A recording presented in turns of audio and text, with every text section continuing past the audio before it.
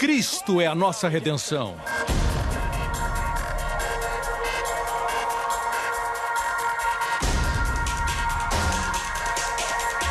Deus é justo e faz o pecador justo.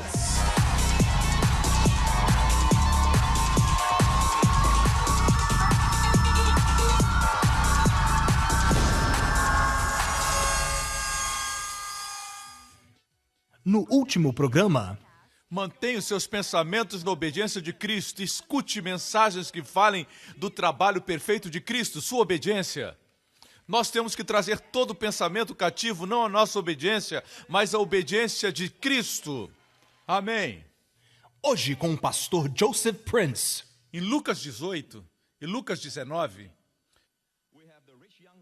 nós temos o jovem rico e nós temos o capítulo 19, Zaqueu. Em Lucas 18, o jovem rico veio a Jesus e disse: o que eu devo fazer? ênfase em fazer para ter vida eterna. O que Jesus deveria ter dito? O que ele deveria ter dito? Creia em mim. Verdade? Mas ao invés disso, Jesus diz: você conhece os mandamentos? Não cometa adultério, não minta, não roube. E o homem, ele ficou orgulhoso e disse: eu cumpro tudo isso. Desde a minha meninice, Jesus disse para ele: uma coisa falta para você. Quando ambos estamos na lei, uma coisa falta. Vende tudo que você tem, dá para o pobre, e vem e me segue. E ele não pôde deixar de lado nem um real sequer. Ele foi embora. Triste. Pense nisso. Jesus deu para ele a lei e ele não deu nem sequer um real. Próximo capítulo, e é por isso que esses dois capítulos foram colocados nessa ordem pelo Espírito Santo, estão em ordem divina. O Espírito Santo está ensinando alguma coisa para nós. No próximo capítulo tem Zaqueu. E Jesus vai a Jericó, vê Zaqueu numa árvore. Ele era um baixinho, e todos nós somos baixinhos da glória de Deus, amém? Ele estava na árvore, Jesus diz: Zaqueu, desce, hoje eu vou comer na sua casa. Nenhuma lei foi dada. E Zaqueu era um coletor de impostos. E Jesus foi com ele para a casa dele. Escândalo da graça, alguém começa a dizer. Ele foi para aquele lugar, ele foi para aquele show. Talvez ele estava tentando alcançar aquele que não havia sido alcançado.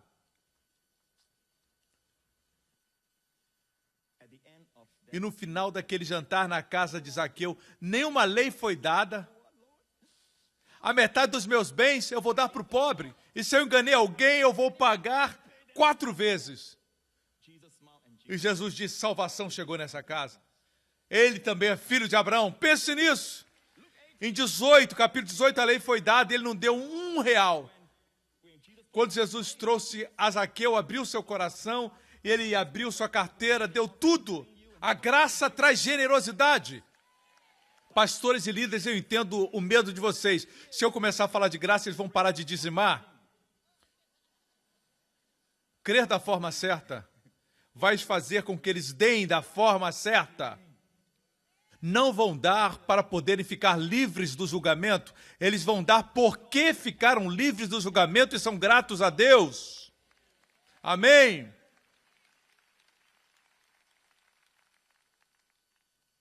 Nós nos mudamos para um novo prédio em Singapura.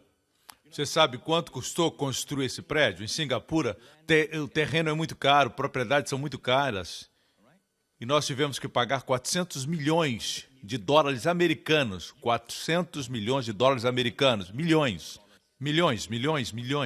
para construir o que nós chamamos de estrela. Bem, 4 anos para construir. No Natal do ano passado, há 1 ano atrás, nós entramos no prédio novo. Nós pagamos mais de 90% da dívida, já está paga. 400 milhões de dólares. E em 2014 vamos terminar de pagar tudo. Ok? Durante esses 4 anos, Eu somente tive um culto especial para levantar recursos uma vez. Chamamos Culto do Milagre para o prédio. E quando nós tivemos esse culto especial, sempre nesses cultos, é um dos cultos com a melhor frequência para a nossa igreja. Como é que as pessoas vêm para poder dar? Eu não entendo isso. E um ano foi a nossa melhor frequência naquele ano. O domingo que tivemos o culto especial. Não sei por que as pessoas vieram.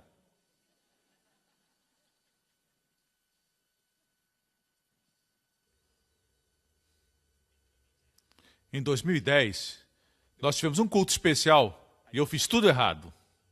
Em termos de levantar recursos, você precisa preparar as pessoas bem à frente.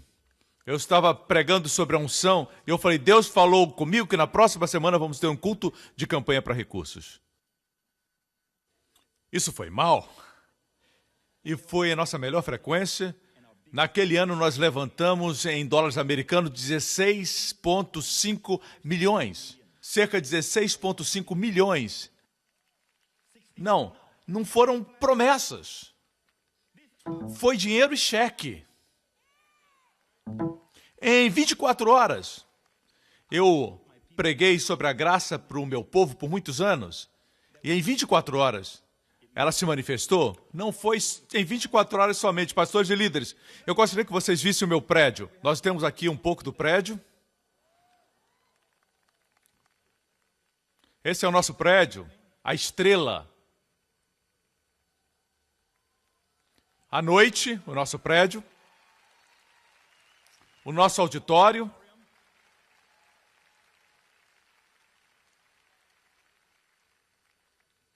Essa é a estrela. Vocês sabem de uma coisa? Durante a semana, nós alugamos para classes de arte e shows.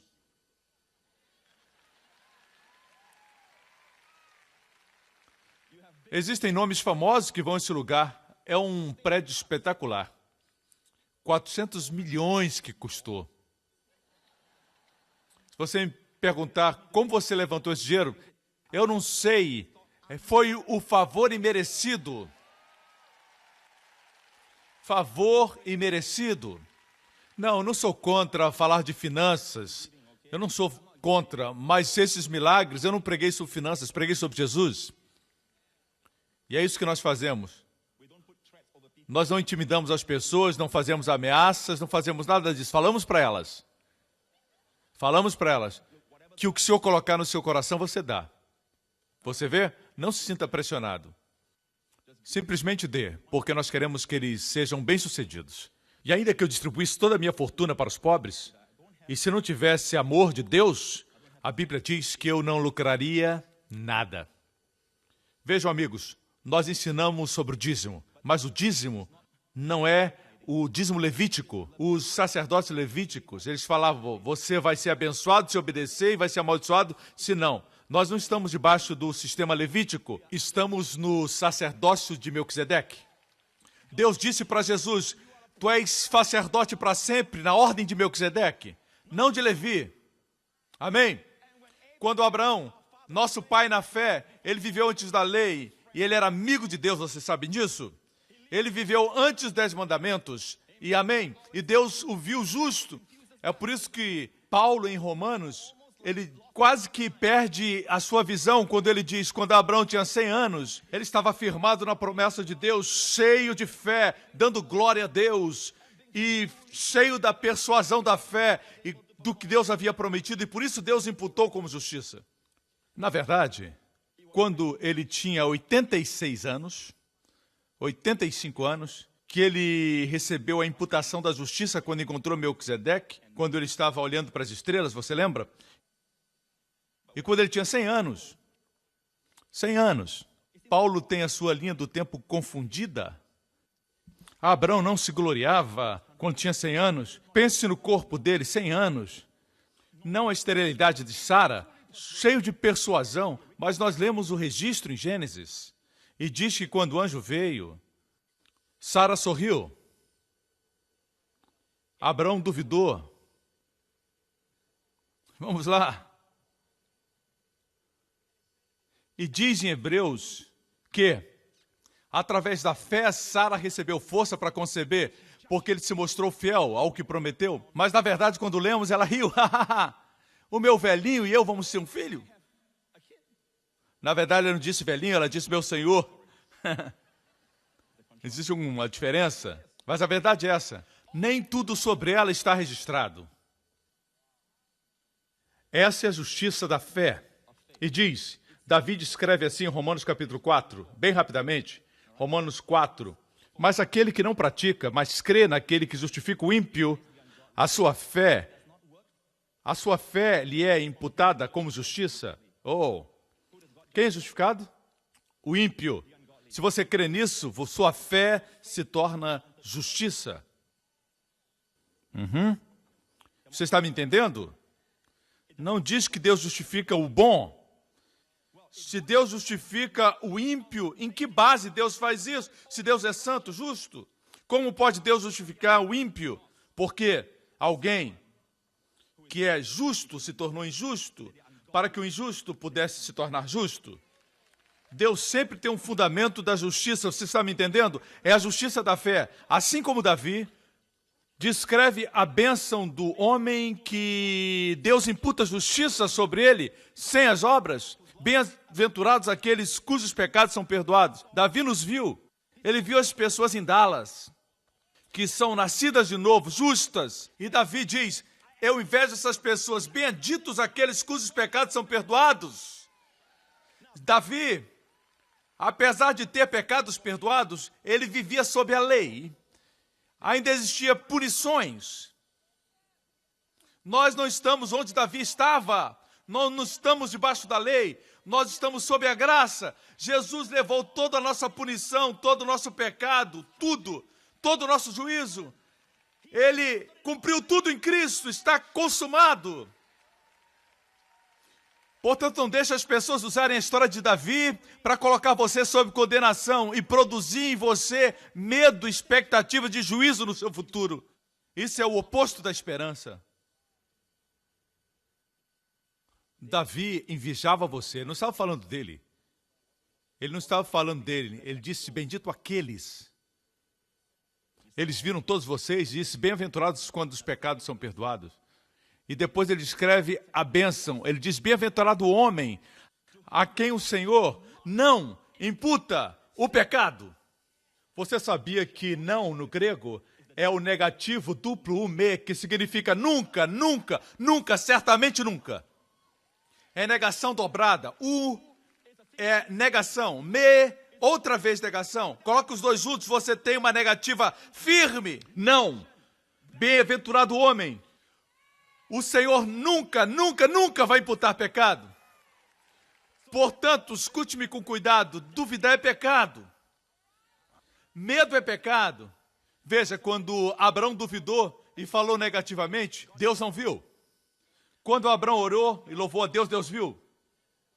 Quando Sara desobedeceu, tinha medo, Deus não viu. Mas quando Sara glorificou a Deus, Deus viu.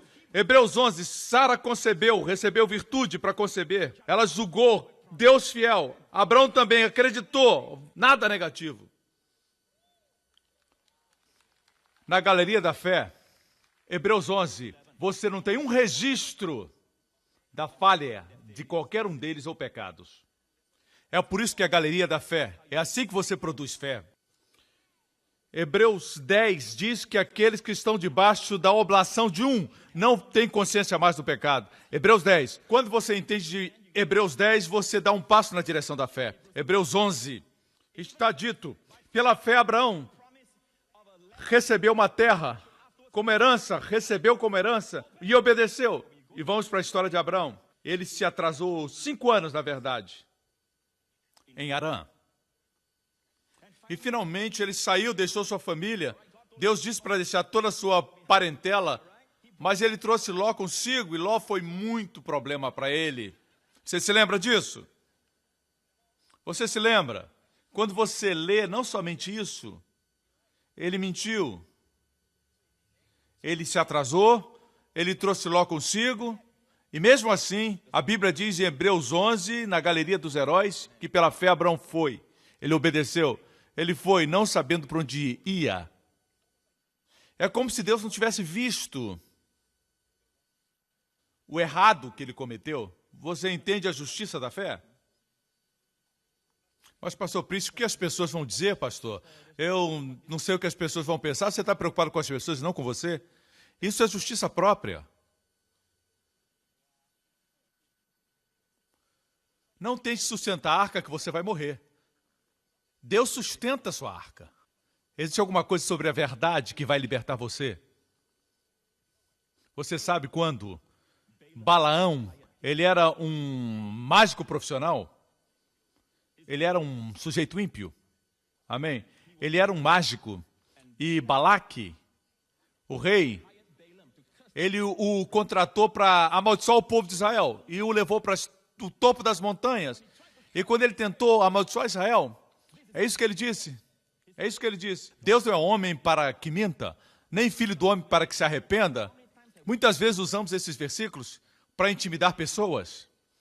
Cuidado, você está pecando, Deus não é homem para mentir, nem filho do homem para se arrepender. Olhe para o contexto aqui. É com respeito a bênçãos.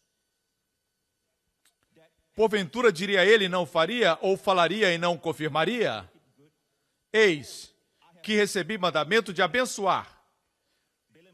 Ele disse isso para Balaque, Deus já abençoou e eu não posso reverter isso. Deus não é homem para mentir, nem filho do homem para se arrepender. Está no contexto da bênção. Deus, quando abençoa o seu povo, a bênção é irreversível. Nenhum inimigo pode reverter.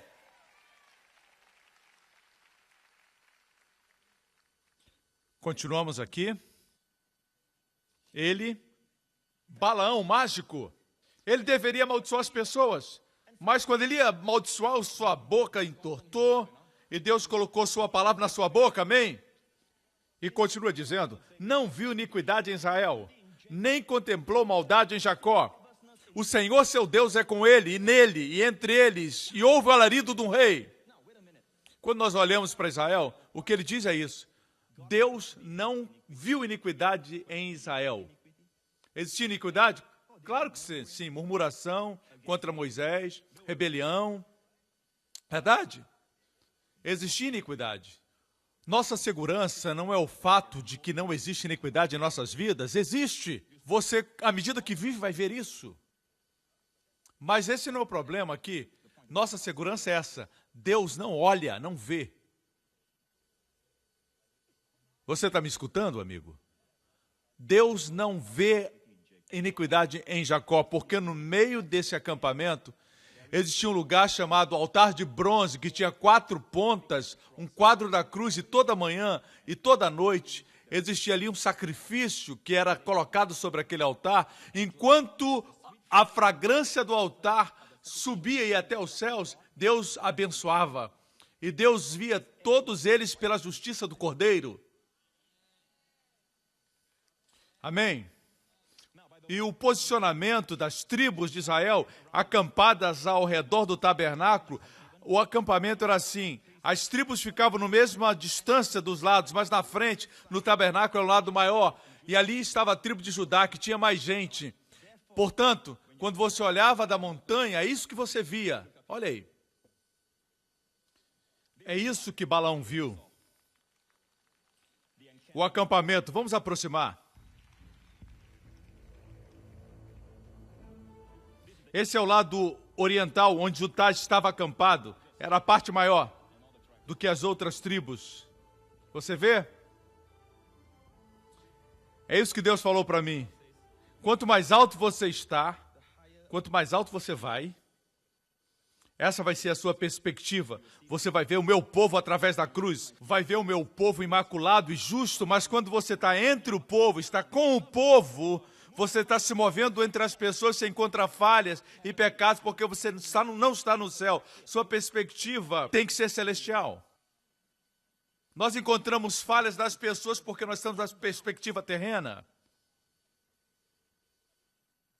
Você está me acompanhando? Eu vou ter que concluir. Você pode ficar, eu vou embora. Eu tenho saudade do meu filhinho. Eu tenho um filhinho um ano e meio. O nome dele é Justin. E eu tenho pregado a respeito de Abba, Pai, por muito tempo, como os israelitas. Mesmo hoje, quando vai a Israel, você vê as crianças correndo por todos os lugares, gritando, Abba, Abba, Abba. Não é Pai. E o Espírito Santo falou comigo assim, traduza certo, Abba, Pai. O Espírito da filiação chegou.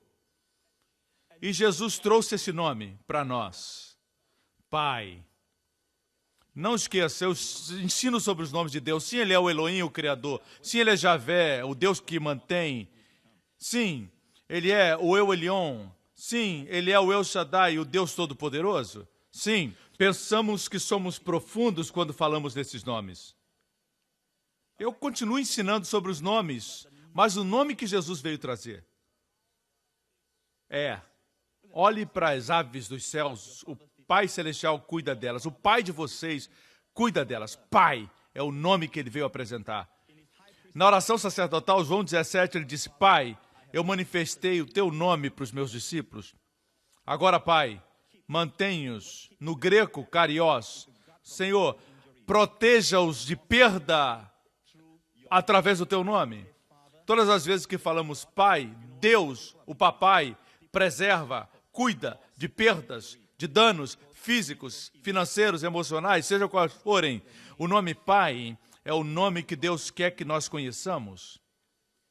Podemos falar Deus. Ele é Deus, não me entenda mal. Quando a minha filha Jéssica era jovem, pequena, muitas vezes, quando ela tinha 3, 4 anos, ela fazia alguma coisa, ela não dizia, ô pastor principal da igreja, tu podes, por favor, me ajudar nesse momento da minha dificuldade, tu que me alimentas e cuidas de mim. Ela não faz isso. Sabe o que ela faz? Ela diz, papai, e o papai está lá instantaneamente. E se houvesse um monstro debaixo da cama, seria a última vez que ele ia amedrontar uma criança. Muitas vezes, somente o nome, Pai. Você não precisa orar. Me entenda, quando eu digo algumas vezes, você não precisa orar. Você somente diz, oh Pai. Isso é uma oração. Isso é uma oração, eu disse. Amém? Todos nós falamos Deus, Deus, Deus, Deus, e muitas vezes isso nos trai a nossa intimidade com Ele. Ele é Deus para o mundo. Ele é o nosso papai. Muitas pessoas com raiva e dizem, não pode chamar Deus de papai, Deus é o Deus poderoso, amém. Você pensa que Ele é o seu papaizinho? Sim, esse é o nome. Esse é o nome que Jesus veio apresentar para nós. O pai olhou para Jesus, é um relacionamento pai-filho. De fato, algumas pessoas pensam que a lei é profunda, mas deixa eu terminar agora. Eu vou mostrar para você, Justin, o meu filho. Você quer ver? O meu filho? Esse vídeo foi feito este ano, não muito tempo atrás. Você acredita que a primeira palavra é verdade, como uma bênção de Deus para mim. A primeira palavra foi essa, quando ele começou a falar, Abba. Olha aí, pequeno Justin.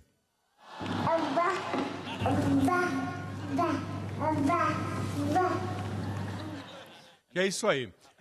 Todas as vezes que ele olha para mim, ele diz, Abba, Abba, Abba. Escute-me. A Bíblia diz, em Gálatas 4, eu vou falar bem rapidamente. Eu quero remover uma área em que se crê errado. Vamos ver o que diz.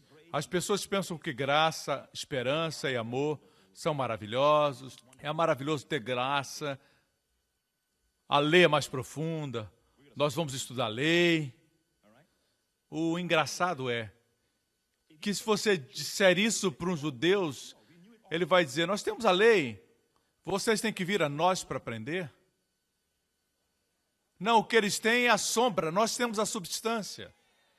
Amém? Eu amo Israel, eu vou todos os anos a Israel, mas eu não creio em viver da sombra, eu creio que temos que dar para eles a substância, para os rituais e para todas as festas que eles têm, amém? Mas quando você diz que a lei é profunda e a graça é básica, a lei é profunda, então nós temos um problema, porque Gálatas 4 diz que Israel e o povo de Israel O menino, e a palavra menino não é filho, ruios, mas é a palavra nefios, que é um bebê. Quando Israel era um menino, um bebê, foi colocado sob a lei. Vamos ver o versículo rapidamente, 4:1. A Bíblia diz que o herdeiro é menino e nada difere do servo, ainda que seja senhor de tudo. O meu pequeno filho Justin não pode dirigir meu carro. Pequeno Justin não pode fazer coisas para o papai, apesar de ele querer fazer. O pequeno Justin, ele herda tudo que eu tenho. Ele não pode comer a comida boa que eu como. Ele não pode comer filé mignon. Eu tenho amigos que vêm à minha casa e comem do meu refrigerador. Porque enquanto ele é um menino, apesar de ser o mestre de tudo, ele não é diferente do servo. Quando Israel era um menino, Paulo está falando para o judeu agora. Israel está debaixo de tutores e curadores até o tempo determinado pelo Pai. Mesmo assim, nós se refere aos judeus que receberam as bênçãos de Abraão. Está falando do povo judeu aqui nesse capítulo? Ele diz, quando éramos meninos, estávamos reduzidos à servidão, debaixo dos primeiros rudimentos do mundo, a lei. Stolkion, em grego, que significa o ABC, a lei é o ABC da fé. Quando Israel era um bebê, Deus colocou-os debaixo da lei até a plenitude dos tempos, e Deus enviou o seu Filho para trazer graça. Estou me adiantando. Próximo versículo. Mas vindo a plenitude dos tempos, Deus enviou seu Filho, nascido de mulher, nascido sob a lei, para remir os que estavam debaixo da lei, a fim de recebermos a adoção de filhos. No grego, uma palavra, o lugar de um filho crescido, huiostia, filho crescido. Em outras palavras, quando a graça veio, Israel estava sob a lei, eles eram bebês, mas quando Jesus veio, ele nos fez filhos. No próximo programa. Você sabe por que não existe mais condenação para aqueles que estão em Cristo Jesus? Você sabe por quê? Por causa da santidade de Deus. Porque 2000 anos atrás, um homem solitário foi pendurado na cruz por você e por mim. Ele que não conhecia pecado se tornou pecado com os nossos pecados. Para nós que não conhecemos a justiça, nos tornemos justos com a sua justiça. Obrigado por sintonizar no programa de hoje com o pastor Joseph Prince, da igreja New Creation. Estamos certos que você foi abençoado. Para mais informações sobre a igreja New Creation, acesse o nosso website newcreation.org.sg.